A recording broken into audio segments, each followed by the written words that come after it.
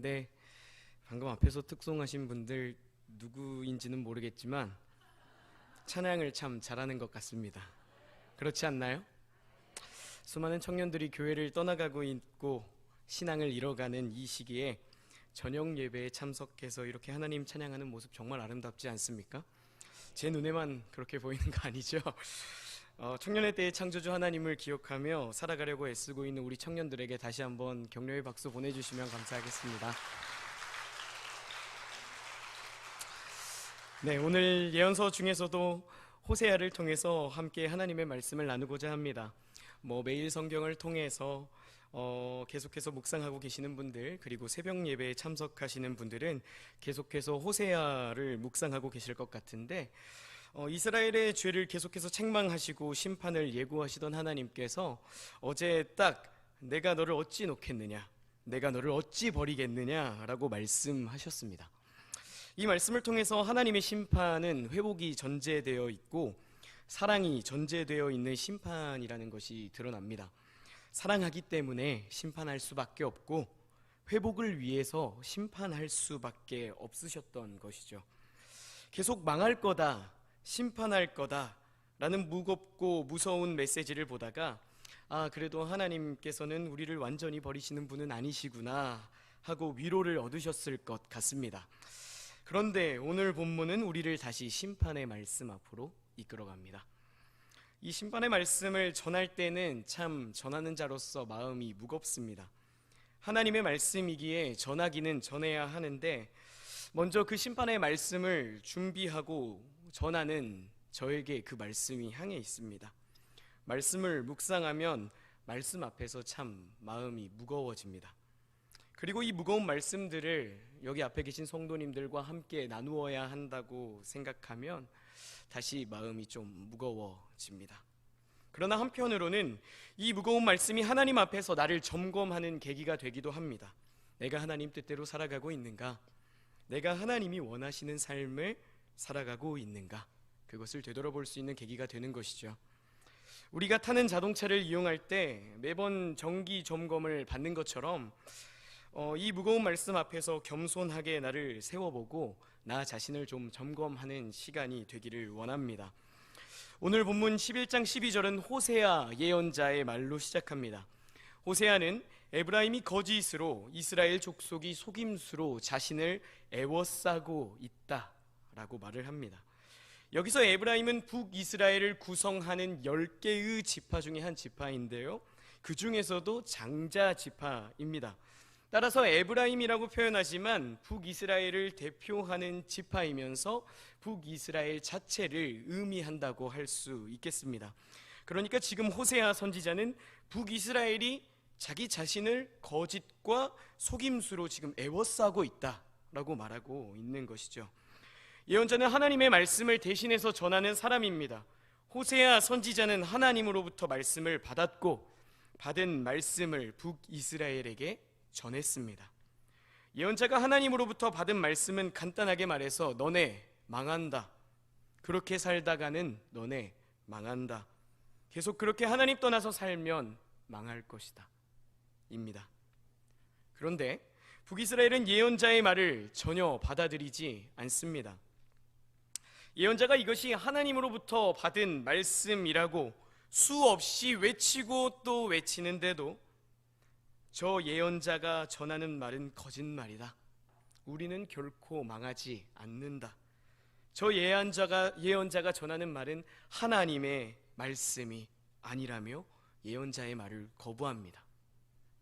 예언자의 말은 듣기 거북했을 것입니다. 듣고 싶지 않았을 것입니다. 아니 아무도 들어주지 않았을 것입니다. 만약 예언자의 말을 사람들이 듣고 따랐다면 북이스라엘은 멸망하지 않았을지도 모르겠습니다. 그런데 우리는 알고 있습니다. 북이스라엘은 예언자의 말을 듣지 않았고 결국 멸망을 맞이합니다. 예언자를 향해 거짓과 속임수가 에워싸고 있다는 것은 이런 의미에서 해석할 수 있겠습니다.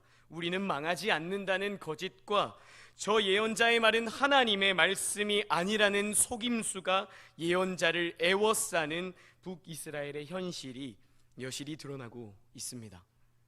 이후 유다에 관련된 말씀이 나옵니다. 우리가 보는 성경으로 보면 유다도 굉장히 부정적으로 서술된 것처럼 보이지만 히브리어 원문을 좀 자세하게 보면 유다에게는 아주 조금의 희망이 남아있는 것처럼 해석되기도 합니다. 바로 며칠 전에 우리가 보는 성경을 번역했던 대한성서공회에서 새한글 성경이 새롭게 번역되었습니다. 그래서 새한글 성경을 찾아보니까 유다에게는 아주 조금의 희망이 남겨져 있다는 그 점이 반영되어 있더라고요. 새한글 성경으로 11장 12절을 함께 보겠습니다. 에브라임이 거짓으로 나를 둘러쌌구나. 이스라엘 집은 속임수로 둘러싸고, 여기까지는 똑같습니다. 그런데 그 이후에 그러나 유다는 여전히 하나님과 함께 다니고 거룩한 하나님에게 충성스럽구나. 남유다를 향한 말씀이 북이스라엘을 향한 말씀과 조금 다르게 느껴지지 않습니까? 유다에게는 아주 조금의 희망이 있는 것처럼 보입니다. 그렇다면 왜 북이스라엘과 유다의 평가가 이렇게 다를까요? 유다가 깨끗해서요? 아닙니다. 여러분, 유다도 결국에는 멸망합니다. 북이스라엘과 다를 바가 없어요. 그래서 제가 아주 조금의 희망이라고 말하는 것입니다. 그렇다면 왜 북이스라엘과 남유다의 평가가 이 본문에서는 이렇게 다르게 나타날까요? 그 이유가 바로 다음 절인 12장 1절에 나옵니다. 우리 12장 1절을 함께 읽어보겠습니다. 에브라임은 바람을 먹으며 동풍을 따라서 종일토록 거짓과 포악을 더하여 아수르와 계약을 맺고 기름을 애굽에 보내도다. 북이스라엘이 마치 바람을 먹는 것과 같았다라고 합니다. 여러분, 바람을 먹으면 배부르시나요? 바람 불 때 입 하고 벌리고 있으면 배부르세요? 그게 배불렀으면 제가 이만큼 살찌지는 않았을 것 같습니다. 바람은 전혀 포만감을 주지 못합니다. 그러니까 북이스라엘은 헛된 것을 붙잡고 있었다는 거예요. 이스라엘이 붙잡고 살아가던 헛된 것이 무엇이었냐면 당시 강대국이었던 아수르와 애굽입니다. 그런데 이게 왜 문제가 되냐면, 이 강대국 아수르와 애굽을 붙잡고 살아가는 게 왜 문제가 되냐면 이스라엘은 하나님과 계약을 맺은 관계였기 때문이었습니다. 출애굽기 19장을 시작으로 해서 출애굽기 24장에서 이스라엘 백성들은 하나님과 계약을 맺습니다. 하나님은 이스라엘 백성들의 주인이 되었고 이스라엘 백성들은 하나님의 소유가 되었습니다. 그렇게 계약 관계가 된 거예요. 이 말은 하나님께서는 이제 이스라엘을 지키시는 분이 되셨고 이스라엘 백성들은 하나님만을 주인으로 모시고 섬겨야 하는 백성들이 되었다라는 의미입니다. 그런데 북이스라엘이 하나님을 의지하는 것이 아니라 당시에 애굽과 아수르를 주인으로 모시고 의지합니다. 하나님과 이스라엘 백성 간의 계약 관계가 완전히 무너진 것이죠. 3절 말씀에서 보면 하나님께서는 이제 남유다에 관한 말씀을 하십니다. 3절을 보실 때는 우리가 이제 법정을 한번 상상해서 보시면 좋을 것 같습니다. 하나님께서 남유다를 법정으로 지금 소환하시는 거예요. 법정으로 소환하십니다. 그리고 유다와 논쟁하시고 유다의 죄가 드러나면 벌하시겠다라고 말씀을 하십니다. 그러시고는 갑자기 뜬금없이 야곱에게 있었던 일화들을 말씀하세요. 예언서가 이래서 어렵습니다, 여러분. 야곱의 출생, 그리고 야곱이 베델에서 하나님과 씨름했던 사건이 드러납니다. 야곱의 또 다른 이름이 있죠. 무엇이죠? 이스라엘입니다. 그러니까 야곱은 이스라엘 전체를 대표하는 족장이라고 할 수 있겠습니다. 하나님께서는 야곱의 출생의 순간에도, 야곱이 하나님을 만났던 그 순간에도 야곱과 함께하고 계셨습니다. 야곱과의 관계 속에서 충실하셨던 것이죠. 하나님께서 지금 이스라엘의 과거의 사건을 지금 가져오시면서 하나님과 이스라엘 백성 사이에 맺은 그 계약, 그 관계를 다시금 말씀하고 계시는 거예요. 법정에서요. 너랑 나랑은 이런 관계였다고. 그렇게 말씀하십니다. 여러분, 관계는 쌍방간의 책임을 다할 때 유지가 됩니다. 여러분들이 맺으시는 여러 관계들을 생각해 보면 나와 관계를 맺는 상대방 간에 지켜야 할 책임이 있습니다. 오늘 오전에 말씀에서도 본 것처럼 부모와 자식 간의 관계에서도 지켜야 할 서로 간의 책임이 있는 것처럼 말입니다. 그 관계가 계약 관계라면 더더욱 책임이 있겠죠. 이스라엘 백성과 하나님도 마찬가지입니다. 하나님은 주인으로서의 책임이 있고 이스라엘 백성에게는 하나님의 백성으로서의 책임이 있습니다. 오늘 본문에서 하나님은 과거의 일들을 다시금 끌어오시면서 책임을 다하셨다. 나는 과거부터 책임을 다했다는 것을 드러내십니다. 그러나 이스라엘 백성은 하나님의 백성으로서의 책임을 다하지 못했고 그 계약 관계는 깨어지고 말았습니다. 남유다를 법정으로 소환하신 것은 이 과거의 이야기를 통해서 조그마한 희망이 있는 남유다조차도 북이스라엘처럼 하나님과의 관계를 깨뜨리면 그 조그마한 희망까지도 사라지게 될 것을 가르쳐 주시기 위해서였습니다. 남유다가 북이스라엘과 다르게 조그마한 희망을 가질 수 있었던 것은 다른 것 없습니다. 하나님과 함께 다녔고 하나님께 충성되었기 때문입니다. 사랑하는 산돌교회 성도 여러분, 우리와 하나님과의 관계는 어떻습니까?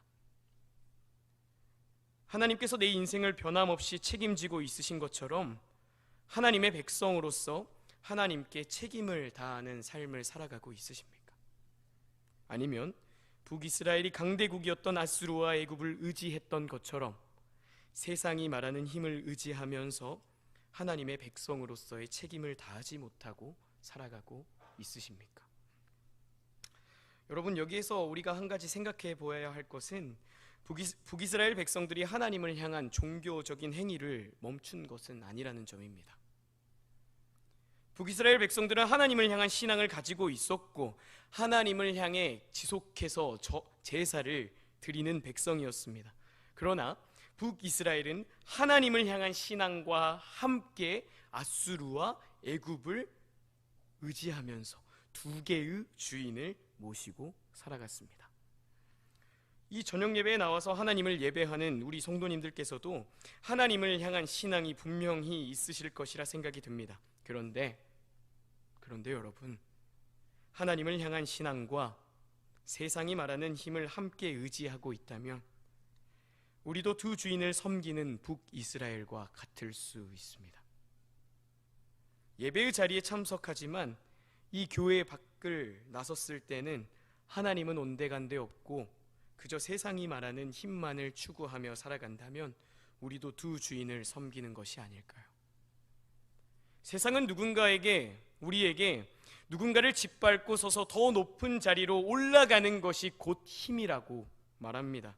세상은 우리에게 돈이 너의 인생의 가치를 결정하고 돈이 곧 힘이다. 많이 가질수록 너에게 힘이 있는 것이다 라고 말합니다.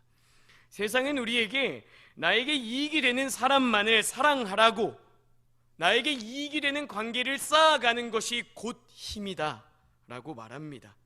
그러나 우리 하나님께서는 우리에게 낮은 자리로 향할 것을 요구하십니다. 그러나 우리 하나님께서는 돈이 우리의 인생의 가치를 결정하는 것이 아니라 그분의 사랑이 우리의 인생의 가치를 결정한다고 말씀하십니다. 그러나 우리 하나님께서는 나에게 이익이 되는 사람만이 아니라 내 주위의 이웃을 사랑하라고 말씀하십니다. 내가 이곳에서 하나님을 예배하며 하나님을 주인으로 모시고 있는 것처럼 살아가지만 정작 나의 삶에서는 세상이 말하는 힘을 하나님보다 앞세운다면 우리도 두 주인을 섬기는 것과 다를 것이 없습니다. 오늘 본문 6절의 말씀입니다. 그런즉 너희 하나님께로 돌아와서 인애와 정의를 지키며 항상 너의 하나님을 바랄지니라. 인애는 쉽게 말하면 사랑입니다. 하나님은 우리가 하나님께로 돌아와서 사랑의 가치로, 하나님의 정의의 가치로 살아가기를 원하십니다. 이 예배당뿐만 아니라 항상 하나님을 주인으로 모시고 하나님을 바라며 살아가시기를 원합니다. 이것이 하나님의 백성의 책임이고 하나님과 나와의 관계를 지켜내는 삶입니다. 그런데 오늘 본문 7절과 8절에서 알 수 있듯이 북이스라엘의 현실은 6절에서 말하는 하나님이 원하시는 삶과는 거리가 멀었습니다. 북이스라엘은 자신이 부자인 것을 자랑합니다. 오늘 본문 12장 8절입니다. 나는 실로 부자라. 내가 재물을 얻었는데 내가 수고한 모든 것 중에 죄라 할 만한 불의를 내게서 찾아낼 자가 없으리라. 우리가 흔히 하는 오해가 있습니다. 남유다가 북이스라엘보다 늦게 멸망했기 때문에 북이스라엘보다 남유다가 힘이 더 강했을 거라고 생각하는데 사실 그 반대입니다. 역사적으로는 남유다보다 북이스라엘의 힘이 더 강했습니다. 북이스라엘은 지금 자신이 가지고 있는 그 힘을 자랑합니다. 나는 실로 부자라. 그런데 이들이 부자가 된 것은 7절에서 알 수 있듯이 다 거짓 저울을 사용했기 때문이었습니다. 불의한 행동으로 부를 쌓았던 것이죠. 불의한 행동으로 부를 쌓았음에도 불구하고 북이스라엘은 죄라 할 만한 불의를 내게서 찾아낼 수 없다며 떵떵거리면서 살아갑니다. 하나님과의 관계가 완전히 파괴된 모습을 보여주고 있습니다. 하나님과의 관계가 완전히 파괴된 북이스라엘 백성에게 하나님께서는 다시금 과거의 사건을 가져와서 말씀하십니다. 오늘 본문 9절입니다. 내가 애굽 땅에 있을 때부터 나는 내 하나님 여호와라. 내가 너로 다시 장막에 거주하게 하기를 명절날에 하던 것 같게 하리라. 그러니까 북이스라엘이 재물을 쌓고 후국강병하면서 살 수 있었던 것은 과거에 하나님께서 이스라엘 백성들을 출애굽시켜 주셨기 때문입니다. 그런데 자신들이 어떻게 그 자리까지 갔는지를 잊어버린 북이스라엘은 거짓 저울로 불을 쌓고 하나님과의 관계를 완전히 파괴해 버립니다. 그들의 삶에 더 이상 하나님은 존재하지 않습니다. 성도 여러분, 북이스라엘이 자신들이 살아가고 있는 현실 속에서 과거부터 지금까지 자신들과 관계를 맺고 살아가시는 하나님을 인지했다면 이러한 심판의 말씀이 존재하지 않았을지도 모르겠습니다.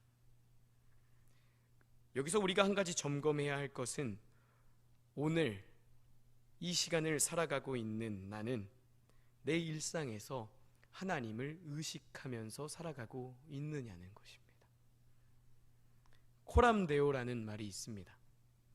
번역하면 하나님 앞에서입니다. 내가 살아가는 이 현실이 하나님 앞에 있다는 것을 의식하며 살아가고 있으십니까? 내 행동 하나하나, 말 하나하나가 하나님 앞에서 행해지는 것이라고 의식하며 살아가고 있으십니까? 내가 하는 말과 행동이 하나님 앞에서 행해지는 것임을 의식한다면, 코람데오를 의식한다면 쉽사리 말과 행동이 나올 수 없습니다. 그 말과 행동이 하나님 앞에서 하는 것이기 때문입니다. 코람데오가 없이 살아갔던 북이스라엘과 다르게 코람데오를 의식하시면서 내 말과 행동이 하나님 앞에 있음을 의식하면서 하나님과 동행하시는 우리 성도님들 되시기를 원합니다. 하나님께서는 수많은 기회를 북이스라엘에게 주셨습니다. 오늘 본문 10절에서도 알 수 있듯이 하나님께서는 하나님의 말씀을 전하는 선지자들을 끊임없이 북이스라엘에게, 남유다에게 보내셨습니다. 왜요? 이제 다시 돌아오라고, 다시 그 계약관계로 돌아오라고. 그러나 수많은 선지자들을 꾸준히 보냈지만 그들은 듣지 않았습니다.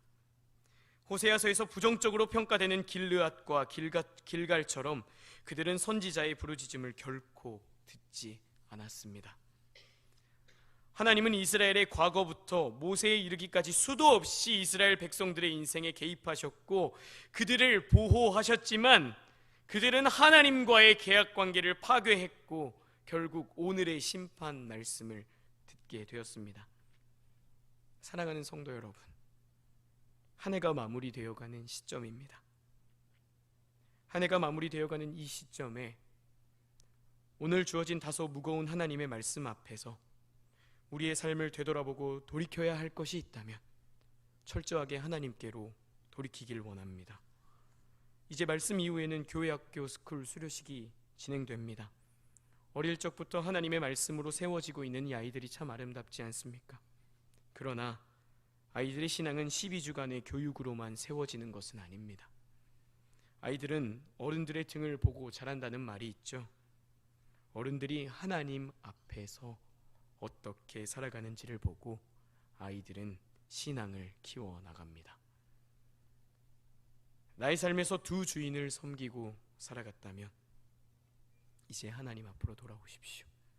이제 하나님 이외의 것들은 철저하게 비워내는 삶을 살아가시길 원합니다. 이제 우리의 삶이 코람데오 하나님 앞에서 살아감을 인지하고 늘 하나님과 동행하는 우리 산돌교회가 되길 원합니다. 마지막으로 오늘 본문 6절을 읽고 말씀을 마치겠습니다. 오늘 본문 6절입니다. 그런즉 너의 하나님께로 돌아와서 인애와 정의를 지키며 항상 너의 하나님을 바랄지니라. 아멘. 기도하겠습니다. 사랑의 하나님, 오늘 말씀을 통해서 우리가 하나님께 돌이켜야 할 것이 있다면 돌이켜야 함을 깨닫게 됩니다. 이 말씀 앞에 겸손히 나 자신을 세워보고 우리가 두 주인을 섬기고 있었다면, 우리가 하나님 보시기에 하나님 앞에서 살아가는 삶이 없었다면 하나님께로 철저하게 돌이키고 하나님과 함께 걸으며 하나님과 끝까지 동행하는 삶을 살아갈 수 있도록 도와주옵소서. 살아계신 예수 그리스도 이름으로 기도합니다.